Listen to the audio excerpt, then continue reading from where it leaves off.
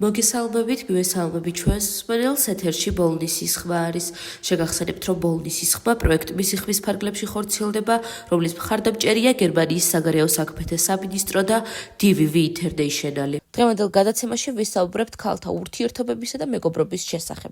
ქალთა ურთიერთობები და მეგობრობები მრავალი ასპექტით განსხვავდება, მაგრამ ზოგადად შეიძლება ითქვას, რომ ქალთა მეგობრობები, როგორც წესი, ძალიან ემოციური და ინტენსიური ხდება. ქალები ხშირად აყალიბებენ მჭიდრო ემოციურ კავშირებს, სადაც საყვარელი ადამიანების მხარდაჭერა, სითბო და ემპათია ძალიან მნიშვნელოვანია. ქალთა ურთიერთობებში ხშირად ხდება ღია საუბრები, სადაც ემოციები, შიშები და სურვილები ერთგვარად გაიხსნება. ასევე ქალები ურთიერთობებში ხშირად არიან ყურადღებიანები ერთმანეთის საჭიროებების მიმართ და ხშირად ანიჭებენ პირველ რიგში ემოციურ მხარდაჭერას პრივილეგიას. თუმცა ქალთა ურთიერთობებში ასევე არსებობს გამოწვევები, როგორიცაა კონკურენცია, ეჭვიანობა, იმედგაცრუებები, რაც შეიძლება ხანდახან გამწვავდეს მეგობრობაში და შეიძლება დროებით შეაფერხოს ურთიერთობა. ამის მიუხედავად, ქალთა შორის ხშირად გვხვდება მტკიცე და ლოიალური მეგობრობები, რომლებიც საათობით სთავაზობენ ერთმანეთთან რჩევებს, დახმარებას და მხარდაჭერას. ფიზიკური დახმარება და ემოციური იზოლაცია ასევე მნიშვნელოვანია ქალთა ურთიერთობებში, რადგან ქალები ხშირად ეძებენ თავიანთ მეგობრებთან საყრდენების ცხოვრების რთულ პერიოდში. რა თქმა უნდა, მეგობრობა ინდივიდუალურია, ამიტომ ქალთა ურთიერთობებიც სხვადასხვა დინამიკას შეიძლება აყალიბებდეს. ძალიან დიდი მადლობა იმისთვის, რომ იყავით ჩემი დღევანდელი გადაცემის მსმენელი. მე დღეისთვის გემშვიდობებით, ხოლო გიტოვებთ ჩვენს მეგობრებს თეთრი კარვიდან, მოусვიდეთ, იხალისეთ და ბედნიერ კვირას გისურვებთ.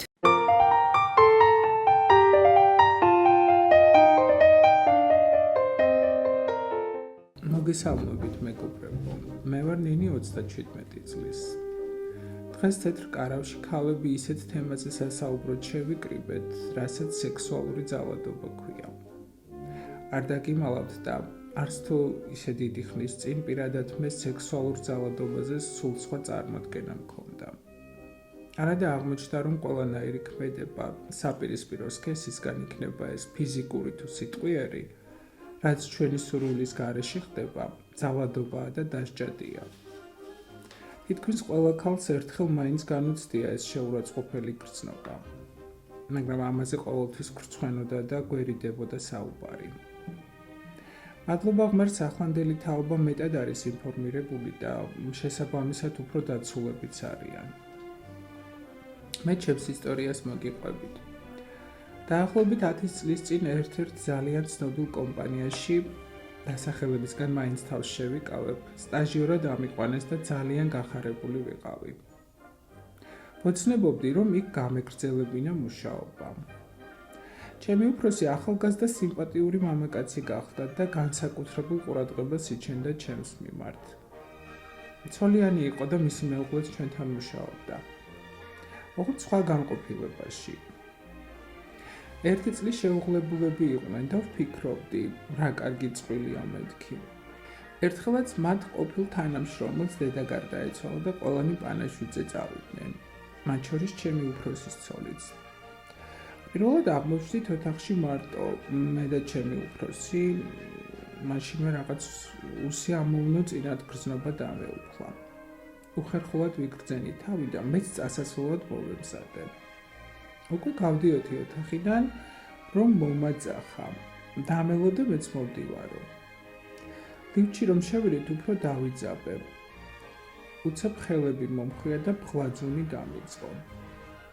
ისე დავიბენი, აღარ ვიცოდი როგორ მომეშორებინა. ამასობაში ლიფტიც გაჩერდა, კარი გაიღო და თავქოთ მოგლეჯილი გავიქეცი. ის იყო და მას მერე იქით აღარ გამიხედავს. ჩემი ნივთების წამოსაღებადაც კი არ მივედი. ჩემს მშობლებს უთხარი აღარ მაინტერესებს იქ სიარული თქო. პირველად უყვები ამ ამბავს. არადა წესით უნდა მემხილებინა და მე კი არა ის ვაჟბატონი უნდა წაბრძანებულიყო. თანაც ისე რომ ცოლსაც გაეგო, როგორი ნაძირავას გვერდით ცხოვრობდა.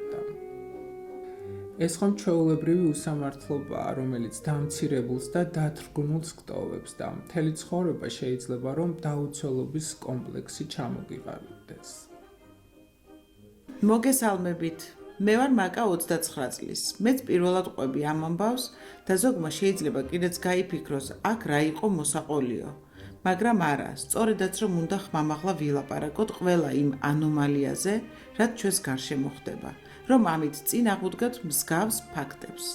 წლების მანძილზე, მაშინ როცა უკვე გათხოვილი ვიყავი და ქმარი მყავდა, ერთი ჩემი თანამშრომელი მუდმივად, ჩუმად, ისე რომ სხვებს არ გაეგონათ, იხელთებდა ხოლმე დროს და საშინელებებს მეუბნებოდა ჩუმად ყურში, ჩურჩულით. უпростоრად თავის უხამ სექსუალურ ფანტაზიებს მიზიარებდა. ვისთვის უნდა მეთქვა, ჩემს ქმარს რომ გაეგო ნამდვილად მოკლავდა და ამის გამო ციხებში ხომ არ გაუშვებდი. სულ ვცდილობდი, რომ მასთან ახლოს არ აღმოვჩენილიყავი, მაგრამ მაინც ახერხებდა. ერთხელაც მორიგი სიბინძურე ჩამჩურჩულა, მე ვეღარ მოვიწმინე და ისეთი ძალით გავაწანი სილა, რომ მართლა დავინახე თვალებიდან როგორ წამოსცვივდა ნაპერწკლები. ის დღე იყო და ის, მე ახლოს აღარ გამკარებია. მაგრამ მოგვიანებით შევნიშნე, რომ ჩვენს ახალ თანამშრომელს გადაეკიდა, რადგან ვხედავდი ახლოს ჩაუვლიდა თუ არა ეს გოგო ჭარხალივით როგორ წითლდებოდა. არ ვიცი ასეთ მანიაკებს როგორ უნდა მოვექცეთ, მაგრამ ფაქტია, როცა ეცოდინებათ, რომ შეიძლება დაისაჯონ, ფრთხილად იქნებიან. მეც მოვყვები, ოღონდ ეს არ არის ჩემი ამბავი. მაშინ სულ პატარა ვიყავი და წესიერად არც კი მესმოდა რა ხდებოდა. ჩვენს იტალიურ ეზოში ცხოვრობდა ახალგაზრდა ცოლ-ქმარი და ყველა მეზობელმა იცოდა, ლოთი ქმარი ყოველღამე ფიზიკურად და სექსუალურად როგორ ძალადობდა ცოლზე. მაგრამ თვითონ ქალი ხმას არ იღებს და რა ჩვენი საქმეაო, მეზობლებიც არ ერეოდნენ. ერთ ღამესას დიდი ლეწვა მტვევის ხმა გავიგონეთ. მერე ისევ ჩაწყნარდა ყველაფერი და მეზობლებმაც მშვიდი ძილი გააგრძელეს. დილასაც რომ არავინ გამოიხედა ფანჯრიდან, მეზობლებმა შუადღემდე იცადეს. მერე კარზე დიდხანს აკაკუნეს. ბოლოს კი კარი შეამტვრიეს და შევიდნენ. ოთახში საწოლზე უგონოდ ეგდო თავგახეთქილი შიშველი კაცი და სისხლში ცურავდა. ბეწვზე მიუსწრეს და გადაარჩინეს. ცოლი კი იქ არ დახვდათ. რა დროს გაიქცა სახლიდან არავინ იცოდა. დიდხანს ეძებეს ქალი, მაგრამ მის კვალს ვერსად მიაგნეს. როცა მისი მშობლებიც მოვიდნენ, აღმოჩნდა, რომ არაფერი იცოდნენ იმ ძალადობაზე, რასაც მათი ქალიშვილი 2 წელი უძლებდა. ის კი არა ეგონათ, რომ ძალიან ბედნიერი იყო, რადგან სიყვარულით გათხოვდა და არასოდეს ქმარზე საყვედური არ დასცდენია.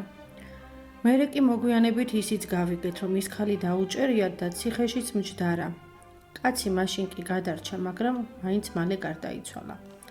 მიუხედავად იმისა, რომ პატარა ვიყავი, ამ ამბავმა ძალიან იმოქმედა ჩემზე და მას მერე სადმე პატარა ძალადობის მოწმე თუ გავხდებოდი, მაშინვე პოლიციას ვიძახებდი. თქვენს ყველას მოგიწოდებთ, რომ არასოდეს დახუჭოთ თვალი უსამართლობაზე და აუცილებლად მოახდინეთ რეაგირება. ახლა კი უკვე მანიშნები, რომ ჩემი დრო ამოიწურა. კიდევ ერთი კვირით დაგემშვიდობებით. მომავალ შეხვედრამდე, მეგობრებო.